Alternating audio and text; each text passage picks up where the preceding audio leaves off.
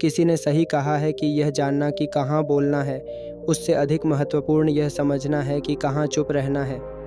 शब्द महत्वपूर्ण हैं, लेकिन सही समय पर मौन रहना और भी अधिक प्रभावशाली होता है। बोलना एक कला है, लेकिन कब नहीं बोलना है यह समझना बुद्धिमानी है। ज्ञान केवल सही शब्द बोलने में नहीं, बल्कि सही समय पर चुप रहने में भी होता है। नमस्ते दोस्तों, आज के इस वीडियो में हम बात करने वाले हैं कि ऐसी 10 जगह जहां हमें चुप रहना चाहिए। बहुत समय पहले की बात है, एक लड़का था जो बहुत ही परेशान रहता था। उसे यही नहीं पता था कि कहाँ पे क्या बोलना है, कहाँ पे नहीं, और कहाँ पे चुप रहना है। वह लड़का एक दिन बुद्ध के पास गया और अपनी समस्या बताई। बुद्ध ने उसे 10 जगह चुप रहने की सलाह दी। पहला, जब आपकी आलोचना हो। अक्सर जीवन में हम ऐसी परिस्थितियों का सामना करते हैं जब लोग हमारी आलोचना करते हैं, हमें अपशब्द कहते हैं या हमारे काम में दोष निकालते हैं। ऐसे समय में हमारी स्वाभाविक प्रतिक्रिया होती है गुस्सा करना, बचाव में तर्क देना या फिर किसी भी तरह खुद को सही साबित करना। लेकिन क्या वास्तव में ऐसा करना लाभदायक होता है? भगवान बुद्ध की शिक्षाएं हमें बताती हैं कि जब कोई आपकी आलोचना करे तो सबसे अच्छा उत्तर शांत रहना होता है। भगवान बुद्ध की कथा हमें यह सिखाती है कि आलोचना, अपमान और नकारात्मक शब्द तब तक हम पर प्रभाव नहीं डाल सकते जब तक हम उन्हें स्वीकार नहीं करते। जीवन में ऐसे कई अवसर आएंगे जब लोग आपको नीचा दिखाने की कोशिश करेंगे, लेकिन यदि आप अपनी गरिमा बनाए रखते हुए शांत रहेंगे तो आपकी मानसिक शांति बनी रहेगी और आप अपने लक्ष्य की ओर अग्रसर रहेंगे। इसलिए जब भी आपकी आलोचना हो, प्रतिक्रिया देने के बजाय मुस्कुराकर चुप रहना सीखें। बहुत समय पहले की बात है, एक गांव में एक वृद्ध साधु रहते थे। वे हमेशा लोगों को धर्म और सत्य की राह पर चलने की सीख देते थे। गांव के अधिकतर लोग उनका सम्मान करते थे, लेकिन कुछ लोग उनकी आलोचना करने और उनका अपमान करने का कोई मौका नहीं छोड़ते थे। एक दिन गांव का एक व्यक्ति साधु के पास आया और बिना किसी कारण के उन्हें बुरा भला कहने लगा। उसने साधु को गालियां दी, उनका मजाक उड़ाया और उनकी शिक्षाओं का अपमान किया। लेकिन साधु बिल्कुल शांत बैठे रहे। उनके चेहरे पर कोई गुस्सा नहीं था, बल्कि हल्की मुस्कान थी। जब उस व्यक्ति ने देखा कि साधु कुछ भी जवाब नहीं दे रहे, तो वह और ज़्यादा गुस्सा हो गया और बोला, मैं तुम्हें इतनी गालियां दे रहा हूँ, लेकिन तुम कोई प्रतिक्रिया क्यों नहीं दे रहे? साधु ने बड़े ही शांत स्वर में कहा, यदि कोई व्यक्ति तुम्हें एक उपहार दे और तुम उसे स्वीकार न करो, तो वह उपहार किसका रहेगा? वह व्यक्ति बोला, अगर मैं उपहार स्वीकार नहीं करूँगा तो वह उसी के पास रहेगा जिसने दिया है। साधु मुस्कुराए और बोले, ठीक वैसे ही, यदि मैं तुम्हारी गालियाँ और अपशब्द स्वीकार नहीं करता तो वे तुम्हारे पास ही रहेंगे। यह सुनकर वह व्यक्ति चौंक गया और उसे अपनी गलती का एहसास हुआ। उसने साधु से क्षमा मांगी और उनकी शिक्षाओं को अपनाने का संकल्प लिया। दूसरा, जिन मुद्दों का ज्ञान ना हो उस पर ना बोले। बोलना एक कला है, लेकिन चुप रहना उससे भी बड़ी समझदारी। हर व्यक्ति को यह ज्ञान होना चाहिए कि किन विषयों पर उसे बोलना चाहिए और किन पर नहीं। अक्सर लोग बिना संपूर्ण जानकारी के ही किसी विषय पर चर्चा करने लगते हैं, जिससे गलतफहमियां फैलती हैं और अज्ञानता बढ़ती है। बिना जानकारी के बोलना ठीक वैसा ही है जैसे बिना पतवार के नाव चलाना। कई बार लोग अपनी अल्पज्ञता को छुपाने के लिए बातों को बढ़ा चढ़ाकर पेश करते हैं, जिससे न केवल वे स्वयं हास्यास्पद बनते हैं, बल्कि दूसरों को भी गलत दिशा में ले जाते हैं। बुद्धिमान व्यक्ति वही होता है जो जानता है कि कब बोलना है और कब चुप रहना है। यह गुण केवल महान संतों और विचारकों में ही नहीं, बल्कि जीवन में सफल होने वाले हर व्यक्ति में पाया जाता है। बुद्ध ने एक कहानी सुनाई। बहुत समय पहले की बात है। एक गांव में एक पंडित रहते थे जो खुद को बहुत विद्वान मानते थे। वे हर विषय पर अपनी राय देना ज़रूरी समझते थे, चाहे उन्हें उस विषय की पूरी जानकारी हो या नहीं। गांव के लोग उनकी बातों को मान लेते थे क्योंकि वे बड़े आत्मविश्वास से बोलते थे। एक दिन गांव में एक वृद्ध यात्री आया जो दूर देशों की यात्रा करके लौटा था। वह बहुत ज्ञानी और अनुभवी था। गांव के लोग उसके आसपास एकत्र हो गए और उससे तरह तरह के प्रश्न पूछने लगे। पंडित भी वहां पहुंचा और उसने भी कुछ प्रश्न पूछे। यात्री ने जब पंडित से एक कठिन विषय पर चर्चा की तो पंडित बिना सोचे समझे बोलने लगा, मानो उसे सब कुछ पता हो। लेकिन उसकी बातें उलझी हुई थीं और उनमें कोई तर्क नहीं था। यात्री मुस्कुराया और एक कहानी सुनाई। एक बार एक कौवा और हंस की मुलाकात हुई। कौवा बड़ी शान से बोला, मैं उड़ने में बहुत तेज़ हूँ। पूरे जंगल में कोई भी मेरी बराबरी नहीं कर सकता। तुम तो बस शांत पानी में तैरते रहते हो, उड़ना तो मुझे आता है। हंस मुस्कुराया और बोला, उड़ना एक कला है, लेकिन दिशा और मंजिल का ज्ञान होना उससे भी ज़रूरी है। क्या तुम समुद्र पार कर सकते हो? कौवा हंस पड़ा और बोला, बिल्कुल, मैं बिना रुके बहुत ऊंचाई तक उड़ सकता हूँ। हंस ने कहा, ठीक है, चलो समुद्र पार करते हैं। कौवा तेज़ी से उड़ने लगा, लेकिन जैसे ही वह समुद्र के ऊपर पहुंचा, उसे थकान महसूस होने लगी। पानी के ऊपर कोई ठहरने की जगह नहीं थी और धीरे धीरे उसकी ताकत खत्म होने लगी। अंततः वह गिरकर समुद्र में डूब गया। हंस ने कहा, केवल तेज उड़ने से कुछ नहीं होता। यदि तुम्हें रास्ते का ज्ञान न हो तो तुम्हारी शक्ति भी व्यर्थ है। यात्री ने पंडित की ओर देखा और कहा, यदि किसी विषय का पूरा ज्ञान न हो तो चुप रहना ही बुद्धिमानी है। अधूरे ज्ञान के साथ बोलने से स्वयं की हानि हो सकती है, जैसे उस कौवे की हुई। पंडित को अपनी गलती का एहसास हुआ और उसने निश्चय किया कि अब वह केवल उन्हीं विषयों पर बोलेगा जिनका उसे सही ज्ञान होगा। गांव के लोगों ने भी इस सीख को अपनाया और बेवजह बोलने से पहले सोचने लगे। तीसरा, जब कोई बहस करे तब।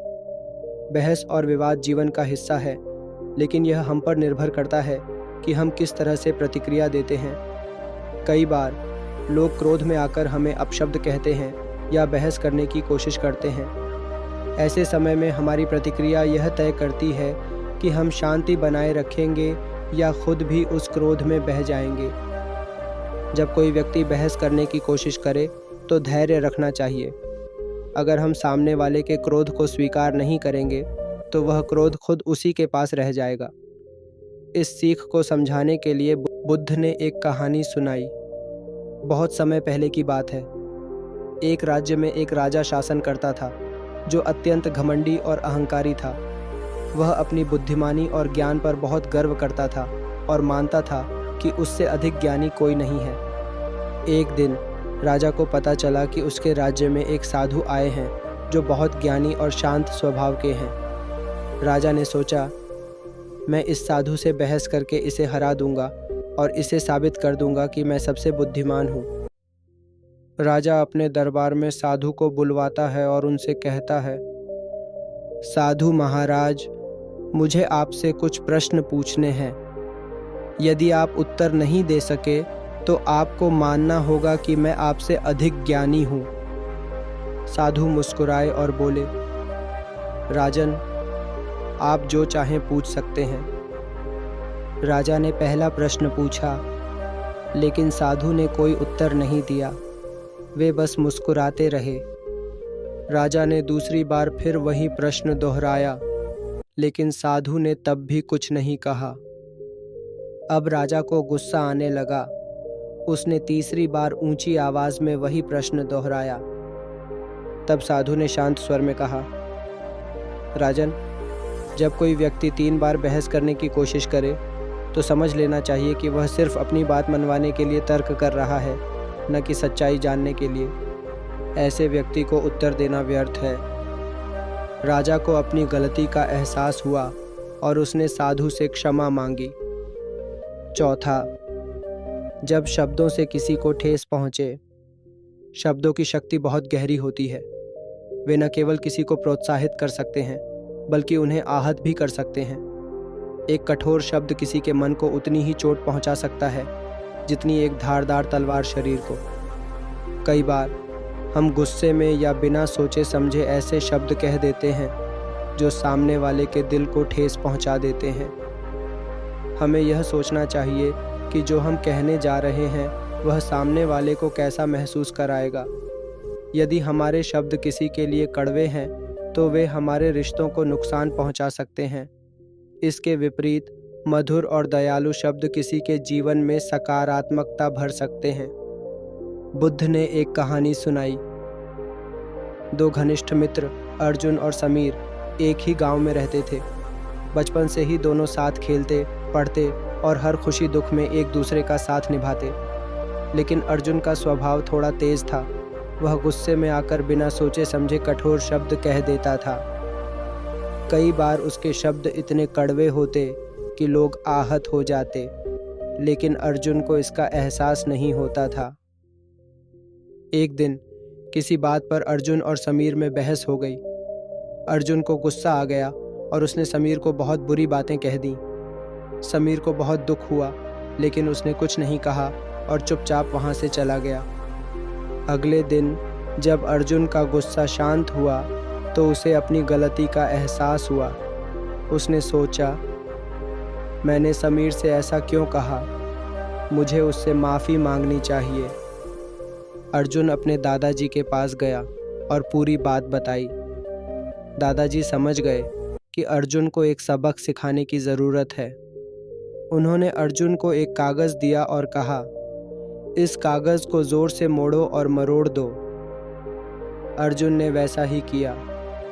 अब दादाजी बोले, अब इसे सीधा करने की कोशिश करो। अर्जुन ने कागज़ को खोलकर सीधा करने की कोशिश की, लेकिन कागज़ पर सिलवटें पड़ चुकी थीं जो अब हट नहीं रही थीं। दादाजी ने मुस्कुराकर कहा, बेटा, हमारे शब्द भी इसी कागज़ की तरह होते हैं। जब हम गुस्से में कुछ गलत बोलते हैं तो वह सामने वाले के दिल पर गहरी चोट कर देता है। भले ही हम माफ़ी मांग लें, लेकिन वह चोट पूरी तरह से मिट नहीं पाती। अर्जुन को अपनी गलती का एहसास हो गया। उसने तुरंत समीर के घर जाकर उससे माफ़ी मांगी और वादा किया कि आगे से वह कभी भी बिना सोचे समझे कुछ नहीं बोलेगा। 5वां, क्रोध में चुप रहो। क्रोध एक ऐसी अग्नि है जो सबसे पहले हमें ही जलाती है। जब हम क्रोधित होते हैं तो हम अनावश्यक बातें कह देते हैं जिनका परिणाम बाद में हमें ही भुगतना पड़ता है। कई बार हम क्रोध में गलत निर्णय भी ले लेते हैं जिससे हमारा नुकसान होता है। इसलिए कहा जाता है कि जब भी क्रोध आए तब चुप रहना ही सबसे अच्छा उपाय होता है। क्रोध को सहन करना और प्रतिक्रिया न देना ही हमारी सबसे बड़ी शक्ति होती है। बुद्ध ने एक कहानी सुनाई। बहुत समय पहले की बात है। एक राज्य में एक पराक्रमी राजा राज करता था। वह अपने न्यायप्रिय स्वभाव के लिए प्रसिद्ध था, लेकिन उसके अंदर एक बड़ी कमजोरी थी। वह बहुत जल्दी क्रोधित हो जाता था। एक दिन राजा अपने महल में विश्राम कर रहा था। गर्मी बहुत थी तो उसने अपने दास से पंखा झलने के लिए कहा। दास राजा के पीछे खड़ा होकर धीरे धीरे पंखा झलने लगा। कुछ देर बाद दास का ध्यान कहीं और चला गया और उसने पंखा झलना बंद कर दिया। राजा को तेज़ गर्मी लगने लगी। गुस्से में आकर उसने अपनी तलवार खींच ली और गुस्से से चिल्लाया, अरे मूर्ख, तुझे मेरी सेवा करने के लिए रखा गया है और तू आलसी बनकर खड़ा है। अब तुझे इसकी सज़ा मिलेगी।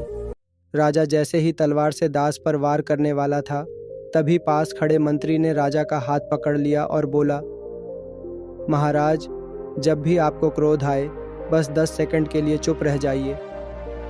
राजा को यह सुनकर अजीब लगा, लेकिन उसने अपनी तलवार नीचे रख दी और गहरी सांस ली। तभी दास घबराते हुए राजा के पैरों में गिर पड़ा और बोला, महाराज, क्षमा करें, मेरी आंख लग गई थी, इसलिए मैं पंखा झलना भूल गया। कृपया मुझे माफ़ कर दें। यह सुनते ही राजा को अपनी गलती का एहसास हुआ। उसने सोचा, अगर मैंने मंत्री की बात न मानी होती और गुस्से में आकर इस दास की हत्या कर दी होती तो मैं कितनी बड़ी भूल कर बैठता। राजा ने दास को माफ़ कर दिया और अपने क्रोध पर नियंत्रण रखने की कसम खाई। छठा, दुख में चुप रहो। दुख जीवन का एक अनिवार्य हिस्सा है। जब हम किसी कष्ट या संकट से गुजरते हैं तो हमारा मन बेचैन हो जाता है और हम अपने दर्द को दूसरों के सामने प्रकट करना चाहते हैं, लेकिन हर समय अपनी पीड़ा को व्यक्त करना आवश्यक नहीं होता। कई बार चुप रहकर अपने दुख को समझना, उससे सीखना और धैर्य रखना ही सबसे अच्छा उपाय होता है। दुख के समय अधिक बोलने से मन की शांति भंग होती है, जबकि चुप रहकर उसे स्वीकार करने से समाधान अपने आप मिल जाता है। बुद्ध ने एक कहानी सुनाई। बहुत समय पहले की बात है। एक समृद्ध राज्य में एक सुंदर और बुद्धिमान राजकुमारी रहती थी। वह बहुत खुशमिजाज थी और महल के सभी लोग उसे बेहद पसंद करते थे। लेकिन एक दिन एक गंभीर बीमारी के कारण उसकी माँ महारानी का निधन हो गया। राजकुमारी इस आघात को सहन नहीं कर पा रही थी। वह बहुत रोई, चीखी चिल्लाई, लेकिन उसका दुख कम नहीं हुआ। महल के सभी लोग उसे सांत्वना देने आए, लेकिन कुछ भी उसे राहत नहीं दे सका। एक दिन एक बूढ़ी महिला महल में आई। वह राज्य की सबसे ज्ञानी महिला मानी जाती थी। उसने राजकुमारी से कहा, अगर तुम सच में अपने दुख से मुक्त होना चाहती हो तो मेरे साथ चलो। राजकुमारी बिना कुछ बोले उसके साथ चल दी। बूढ़ी महिला उसे एक नदी के किनारे ले गई। वहाँ बहते हुए पानी की आवाज़ आ रही थी। पक्षी चहचहा रहे थे और ठंडी हवा चल रही थी।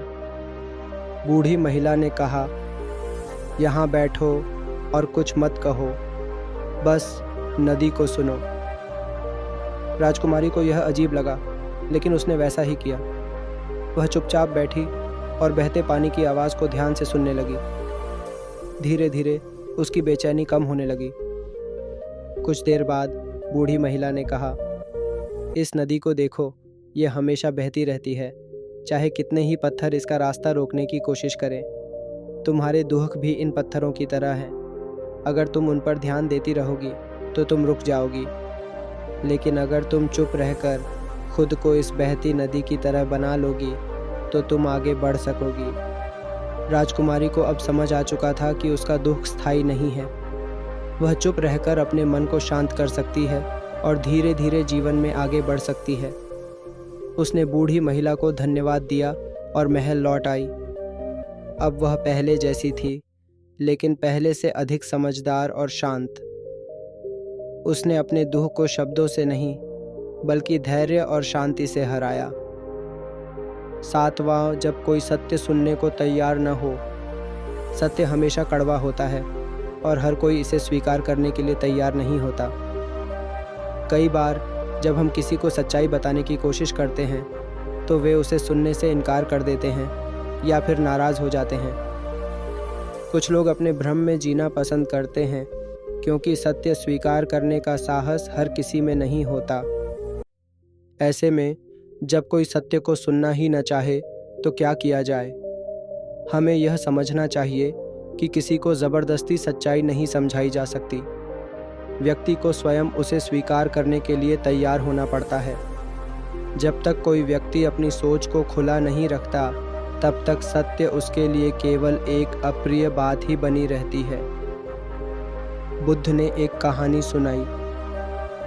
सत्य को अस्वीकार करने वाला राजा। बहुत समय पहले की बात है। एक राज्य में एक राजा राज करता था, जो बहुत ही अभिमानी और स्वेच्छाचारी था। उसे अपनी ताकत और सत्ता पर घमंड था और वह हमेशा अपनी ही बात को सही मानता था।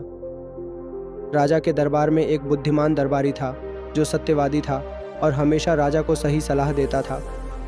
लेकिन राजा को सच सुनना पसंद नहीं था। वह केवल वही सुनना चाहता था जो उसके मन को अच्छा लगे। एक दिन राज्य में भयंकर अकाल पड़ा। फसलें सूख गईं, नदियाँ सूखने लगीं और लोग भूख से मरने लगे। दरबारी ने राजा से कहा, राजन, आपकी प्रजा भूखी मर रही है। हमें उनके लिए अन्न भंडार खोलने चाहिए और उनकी सहायता करनी चाहिए। लेकिन राजा को यह सुनना पसंद नहीं आया। वह गुस्से में बोला, तुम झूठ बोल रहे हो। मेरे राज्य में कोई भूखा नहीं है। यह सब तुम्हारी कल्पना है। दरबारी ने फिर कहा, महाराज, कृपया अपनी आंखों से देखिए। यदि आप नगर के बाहर जाएंगे तो आपको सच्चाई पता चलेगी। राजा क्रोधित हो गया और बोला, मुझे किसी सत्य को सुनने की आवश्यकता नहीं है। मेरा राज्य समृद्ध है और सब कुछ ठीक है। दरबारी समझ गया कि राजा सत्य को स्वीकार करने के लिए तैयार नहीं है। वह चुप रह गया और अपनी जगह बैठ गया। समय बीतता गया। लोग भूख से मरते रहे, लेकिन राजा ने कभी सत्य को स्वीकार नहीं किया। अंततः जब लोग पूरी तरह से विद्रोह पर उतर आए, तब राजा को अपनी गलती का एहसास हुआ, लेकिन तब तक बहुत देर हो चुकी थी। ये थी वो 7 जगहें जहाँ पे हमें चुप रहना चाहिए, जिससे हमारे जीवन में बहुत बदलाव आ सकता है। आज के लिए बस इतना ही। मिलते अगले वीडियो में नई स्टोरी के साथ।